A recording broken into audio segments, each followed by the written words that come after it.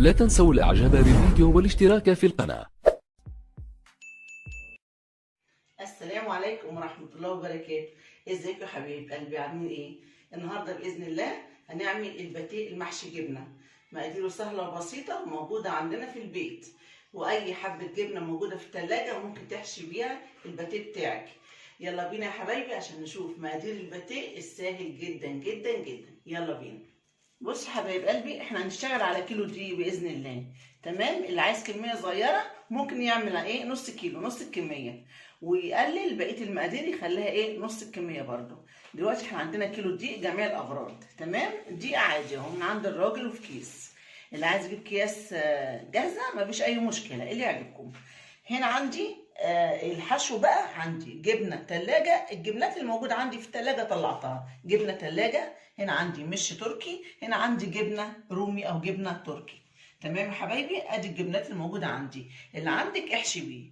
هنا عندي بقى عشان العجينه خميره فوريه، فانيليا، نص باكو بيكنج باودر، عندي معلقتين لبن بودره، معلقتين سكر، نص معلقه صغيره ملح.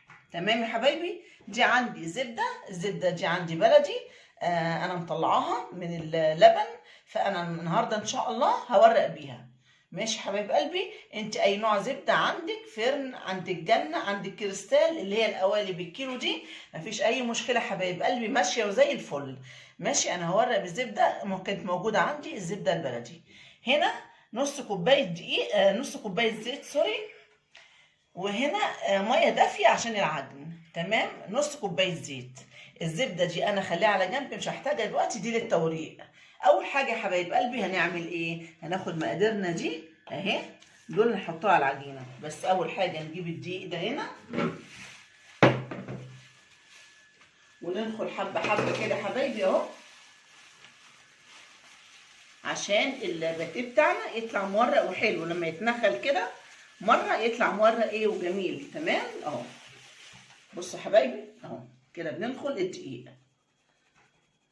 يعني هي المقادير بسيطه، والباتيه مش هياخد منك وقت، كله هيتعجن، وان شاء الله هنورق بسرعه، وهتعتمديه على طول باذن الله من سهولته ومقاديره البسيطه. دقيق سايب يا حبايبي عادي جدا جدا من عند الراجل اهو، هنعمل بيه الباتيه النهارده باذن الله. يلا يا حلوين، ندخل الدقيق بتاعنا الكيلو عشان الباتيه يطلع مورق وبونه.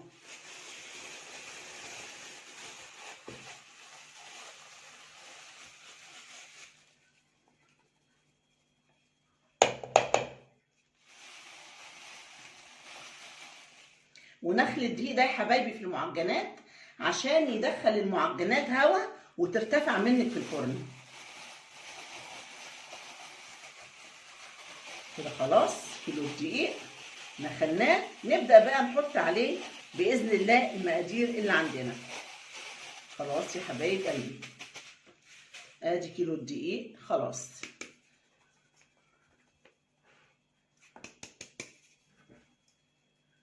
يلا بينا. ده كيلو دقيق، هنحط عليه الاول نص باكو البيكنج باودر. نفتحه كويس عشان هي واخده منه حبه. ماشي يا حبايبي. هنحط باكو الخميره الفوريه اهو. لو عندك خميره كبيره مفيش مشكله، تحطي قطعه قد عقلتين. تمام. وتدوبيها في ميه بسكر وتحطيها على الدقيق.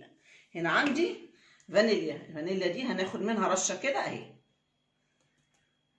بس كده، ما نزودش في الفانيليا عشان ما تمررش الباتيه بتاعنا. هنحط يا حبايبي معلقتين اللبن البودره، معلقتين السكر، نص معلقه صغيره ملح. بس ادي كل المقادير بتاعتنا على بعض، ومفيش اي صعوبه في الموضوع. نعمل ايه بقى يا حلوين؟ يلا نحط المقادير دي كده بايدينا، لاننا هشتغل بايدينا فمفيش مشكله، نقلبها كده على بعض.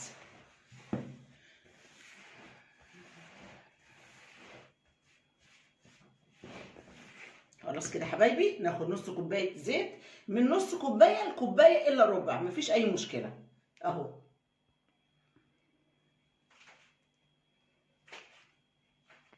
نبدأ بقى نبس الزيت في قلب الدقيق، نبسه كده بايدينا اهو، يعني ندخله في قلب الدقيق بحيث كل نقطة زيت تدخل في كيلو الدقيق بتاعنا ده.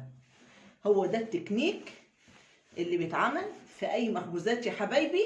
اي مادة دهنية بتخش فيها لازم نبسها كويس، وندخل كل ذرة في المادة الدهنية اللي احنا بنحطها في الدقيق. يعني ما نخليش حبة زيت على جنب كده سايبينهم، ولا قطعة سمنة ولا قطعة زبدة، كله ندخله كده نبسه لحد ما تحس ان الدقيق في ايديكي عامل زي الرملة المبلولة. شوفي يا حبايبي الدقيق عامل ازاي اهو في ايديا. بصوا خلاص كده الزيت دخل فيه. نبدأ يا حبايبي نعجن بالمية الدافية. كمية المية قد ايه حسب ما ياخد الدقيق. دلوقتي انا معايا كوباية اهي، كوباية حرارية مليانة مية دافية، هنعجن بيها. ولو عايز تاني الدقيق هنديله مية تاني لحد ما العجينة تتماسك وتلم معانا.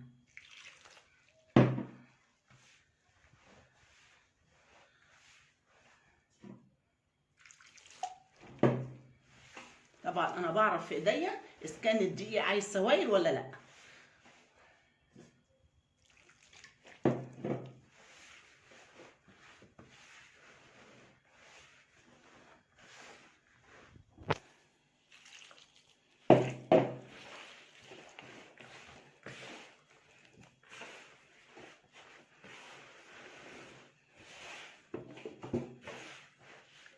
هو خد الكوبايه كلها، هنحط له حبه صغيره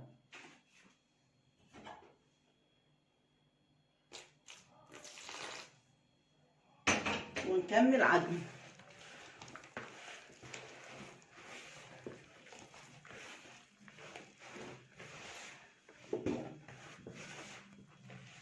كده يا حبايبي العجينه بدات تلم في ايديا. يعني هي خدت كوبايه الميه الحراريه اللي معايا الكبيره دي، يعني كوبايه ميه كبيره وحبه صغيره وحبه ميه صغيرين.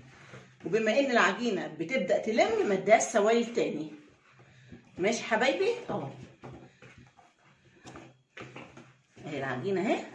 بصوا حبايبي العجينه دي عايزه تتعجن حوالي 10 دقايق، فمعلش يا حبايب قلبي بعد اذنكم انا هفصل عشان اعجنها وما اطولش عليكم الفيديو.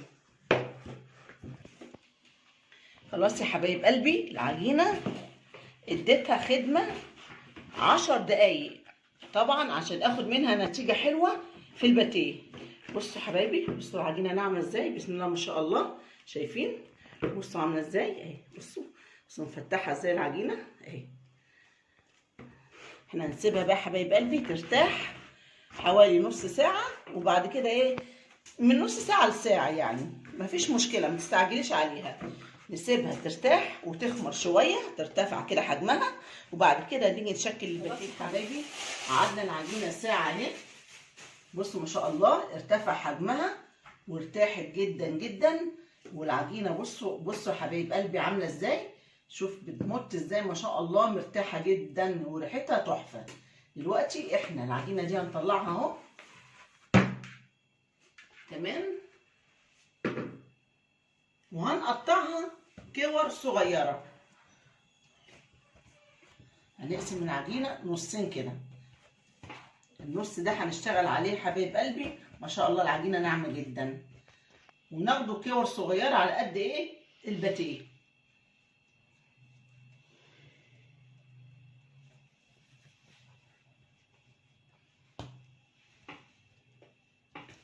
خلي العجينه كلها نقطعها كور، وبعد كده هنورقها بالزبده. بعد ما نورقها بالزبده حبايب قلبي هنحطها ساعه في التلاجة.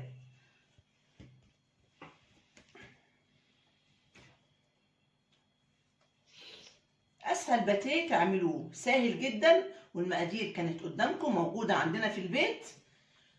بحبه جبنه صغيرين والله هتحشي الباتيه بتاعك. ممكن تكملي باتيه حلو، يعني ده الباتيه الحادق اللي بالجبنه ده الحادق. انت لو عايزه باتيه الحلو ممكن تحشيه نوتيلا، تحشيه شوكولاته او شوكليت شيبس اللي يعجبك.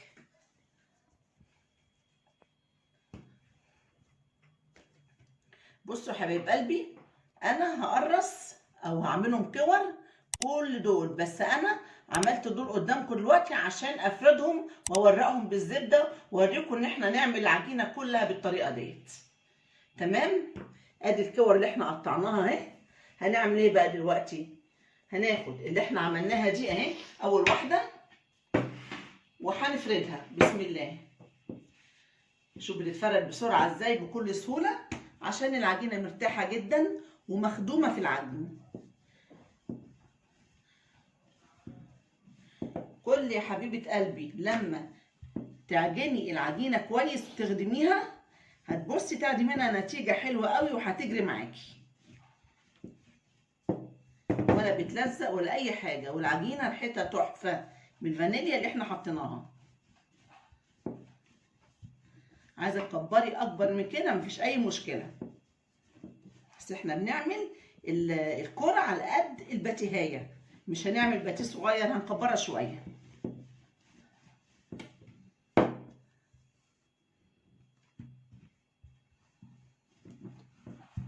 ادي يا حبايبي الباتيه الجميل عملناه في بيتنا بكل سهوله. بصوا بقى يا حبايبي، ادي السمك بتاعها، شايفين اهو، ده السمك بتاع ايه؟ الباتيهايه. هنعمل ايه بقى احنا دلوقتي؟ هنجيب الزبده دي زبده التوريق اهي، هنجيبها ونقوم حاطينها ايه؟ حاطينها على الباتيهايه. كل باتيهايه نعملها نورقها كده ايه؟ بالزبده. ماشي حبايبي اهو قدامكم اهو. انا ما سيحتش الزبده لان الباتيه متماسك ما شاء الله، يعني الزبده بتمسك فيه على طول. نعمل ايه بقى بعد ما ورقناها كده؟ هنجيب دي كده اهو، تمام اهي. ماشي حبايبي، ونورق عليها بسيط كده بالزبده اهو، شايفين اهو. ونجيب كمان دي كده عليها، يعني هنقفلها على بعض. ودي هنجيبها كده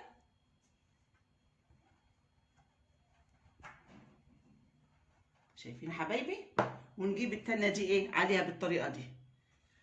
اصبحت الباتيهايه مورقه بالزبده كده، مورقه بالزبده. هنعمل ايه بقى؟ كل واحده نحطها نعملها نورقها نقوم حاطينها ايه؟ رصينها كده. تمام. هعمل معاكم كمان واحده. سهل جدا يا حبايبي، مفيهوش اي حاجه الباتيه. وهنشكله بالجبنه وهنفرده وهوريه لكم بعد ما يطلع من التلاجة. نفطر بيه، ولادنا ياخدوه في المدارس، ياخدوه لو طالعين رحلات، طالعين نادي، يعني حلو قوي ناكله بين الوجبات. مخبوزات حلوه احنا بنحبها احنا والولاد.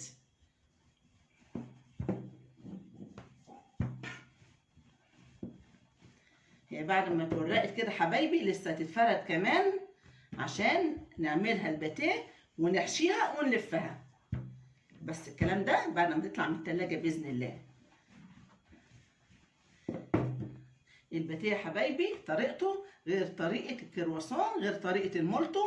احنا بنورق التاني بعد ما بنفرده على نشا او على دقيق، انما الباتيه بنفرده على طول وبنورقه بالزبده زي ما انتم شايفين.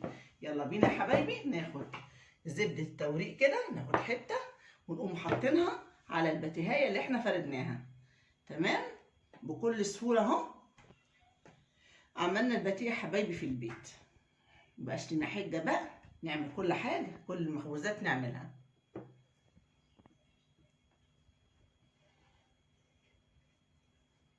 ريحه العجينه والله جميله جميله من الفانيليا اللي حاطينها لها. يلا يا حبايبي نعمل ايه بقى؟ ناخد الطرف ده كده اهو، تمام اهو، ونجيب حته زبده كوتو كوتو كده ونورقها بيها. ماشي. ونجيب دي كده اهو بكل سهوله يا حبايب قلبي. اديتنا طول كده. نعمل ايه بقى؟ برضو الحته دي كده نحط لها زبده اخف من اللي جوه، يعني الحته اللي تحطيها هنا تبقى اخف من اللي جوه. تمام. ونقوم جايبينها كده بس. ادي الباتيهايه اتورقت وبقت بونو بونو بونو. نقوموا بقى ايه كل واحده تورق يا حبايبي، نقوم حاطينها كده. تمام يا حبايبي اهو. هعمل معاكم واحده تانيه. انا من سهولته والله عايزه اعمله كله قدامكم، بس انا مش عايزه اطول عليكم الفيديو يا حبايبي. بس انا عملت 3 اهو معاكم عشان تعرفوا انه سهل ما فيهوش اي حاجه. وهكمل بقى الباقي واحطه في التلاجة، ولما اطلعه من التلاجة باذن الله نيجي بقى نكمل الطريقه بتاعت الباتيه. خلاص يا حبايبي.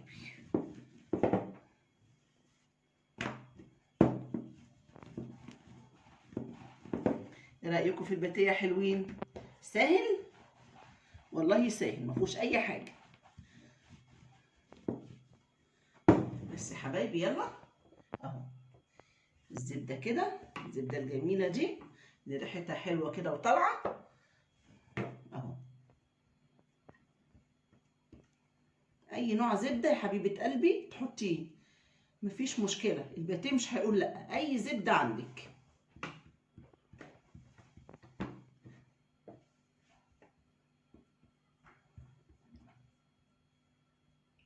يلا بينا نقفلها بسم الله اهو يا حبايبي. ودي كمان اهو. لا نحط حته ايه زبده كده اقل من اللي جوه عشان ايه متبقاش كميتها كتيره قوي. ونجيب دي بقى كده تمام اهو. نجيبها بقى بالطول كده عشان نعدلها، وهي كده كده بعد ما تطلع من التلاجة هتتفرد. نجيب على النص اللي تحت حته زبده وايه ونقفله. يلا بينا. ايه رايكم يا حلوين؟ سهله ولا لا؟ اهو اللي تعمليه يا حبيبتي تحطيه كده ترصيه، وبعد ما تكملي الكميه اللي عندك دي كلها تعملي بقى بنفس الطريقه دي وتورقيه بالزبده كده، وتقومي حاطاه مغطياه وحطاه في التلاجة ساعه ساعتين على حسب ما ايه بقى العجينه تبص تلاقيها جمدت كده والزبده مسكت في العجينه. نيجي بعد كده نشكله بكل سهوله. ماشي حبايبي، انا هخلص الكميه عشان ما اطولش. حبايب قلبي طلعنا عجينه الباتيه اهي من التلاجة.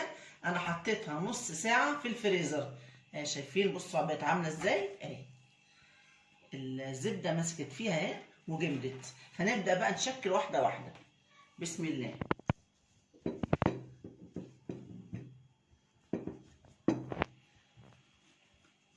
لازم اطريها بايدي كده اهو، امشي عليها بالمردنه عشان ايه امشي الزبده جواها، وهي كده على التطبيقه بتاعتها امشي المردنه عليها على طولها كده عشان تديني اللفه بتاعت الباتيه. وبالراحه عليها عشان طبعا بيبقى محشي زبده عشان ما تطلعش ايه من الجوانب، وطبعا تملى الباتيه من فوق وهو داخل الفرن. احنا عايزين الباتيه جوه الزبده جوه العجينه.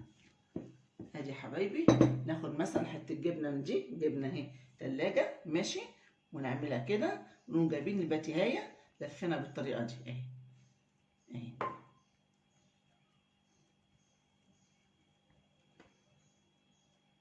وطبعا هيتساب ايه هيتساب يخمر زي نص ساعه كده تاني، ونلف ونحطه هنا في الصينيه. تمام يا حبايبي اهو. ونخلي ايه في فرق ما بين كل واحده والتانيه. دي انا عاملاها كده من 5 دقايق فبدات تعلى، فدي برضه لسه حطاها فبيخمر وبيعلى. ناخد واحده تانيه. هشوف ما شاء الله عالي ازاي والزبده ورقت من جوه اهو. شايفين يا حبايبي؟ نبدا نمشي عليها بالراحه كده لان الزبده عملت هوا داخل طبقات العجين من جوه، فنمشي عليها بالراحه اهو. هتبص تلاقي الباتيه بيمشي معاكي على طول، يعني العجينه بتفرد معاكي مفيش مشكله لو انتي اتعاملتي معاها برفق كده ومشيتي بالراحه بالمردنه اهو. بس يا حبايبي سهل جدا مفيهوش اي حاجه، الباتيه عملناه بكل سهوله قدامكم. ناخد بقى حته جبنه ايه تركي من دي ونعملها كده نربعها، ونجيب الشراشيب دي بتاعتها من هنا ونقوم ايه حاطينها في قلب العجينه زي كده مثلا، نعملها رول صغير ونلف عليها. شايفين يا حبايبي اهو اهو مفيش اي مشكله. ممكن نقفل من هنا كده من الجنب ده ونقفل من الجنب ده بصباعنا عشان الجبنه ما تطلعش في الصينيه، ونعمل كده اهو يا حبايب قلبي بكل سهوله اهو.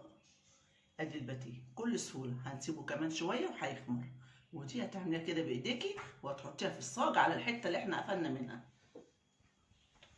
اهو يا حبايبي. تمام، هناخد واحده تانيه.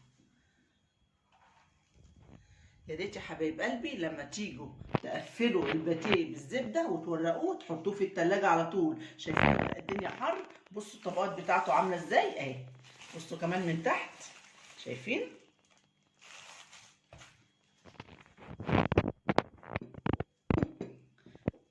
ادي يا حبايبي عملنا الباتيه، مفيش اي مشكله عندنا، المقادير حلوه ومظبوطه اهي، والباتيهايه مش بتلزق مننا، وماشيين معاها بالراحه كده واحنا بنفردها، وتحشي وتحطي في الصاج تسيبيه يخمر نص ساعه، وتدهني وشه بصفار بيضه عليها حبه لبن على رشه فانيليا من فوق عشان طبعا ياخد اللون الذهبي الحلو.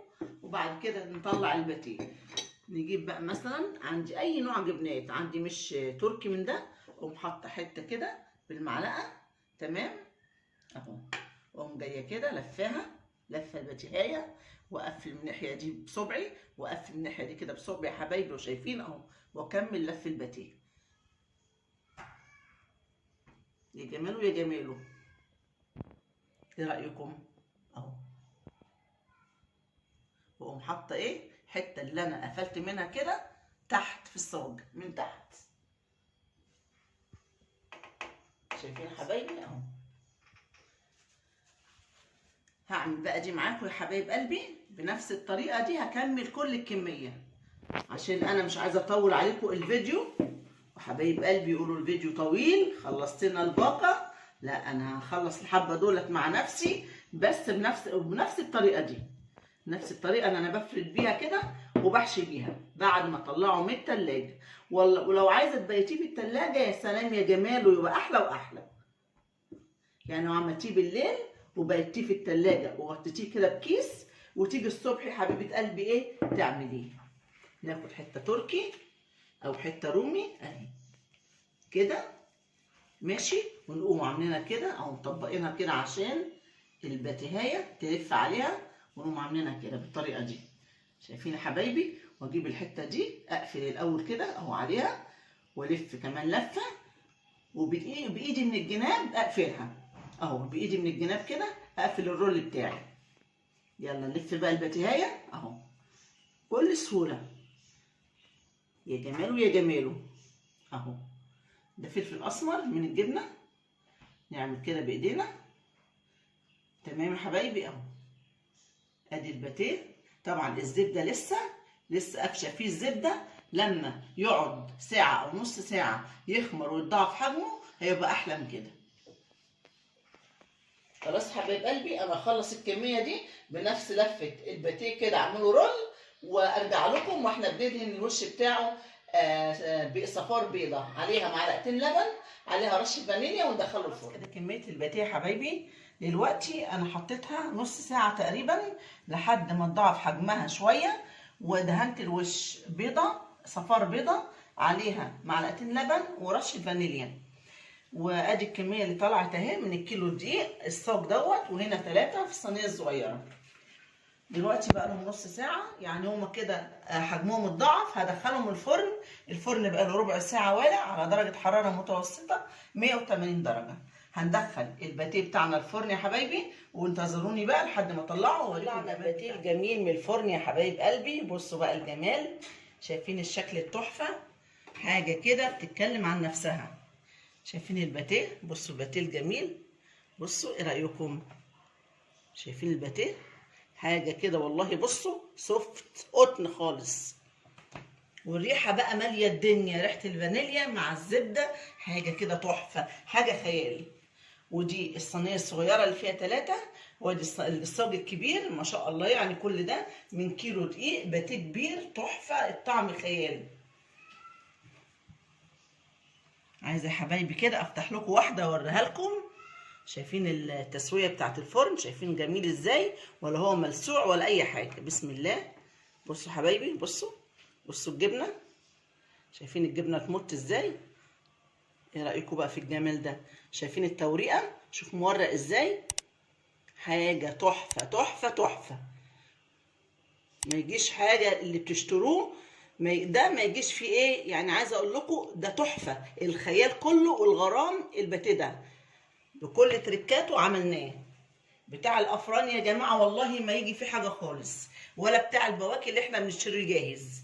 عايزاكم تدوقوا الطعم لما تعملوه بالتركايه ديت. دي جبنه، كانت جبنه رومي. نشوف بقى دي جبنه ايه. بسم الله، احنا وحظنا. برضو جبنه رومي. يا جماله يا جماله يا جماله. شايفين المطه؟ شايفين المطه والتوريقه؟ شايفين يا حبايبي؟ حاجه تحفه تحفه. يلا بقى نجربوا الباتيه الجميل دوت اللي عملناه بكل سهوله قدامكم اهو، بكل خطواته وتركاته حبايب قلبي. مفيهوش اي حاجه وسهل جدا. اتمنى يعجبكم وتجربوه. واللي شاف الفيديو لسه ما اشتركش في القناه يا حبايب قلبي، يعمل لنا اشتراك، يشرفنا باشتراكه ولايكاتكم الحلوه، ودوسوا على علامه الجرس، فعلوا الجرس عشان يوصلكم كل اشعار جديد باللي انا بعمله في القناه باذن الله. متشكره يا حبايب قلبي، والسلام عليكم ورحمه الله وبركاته.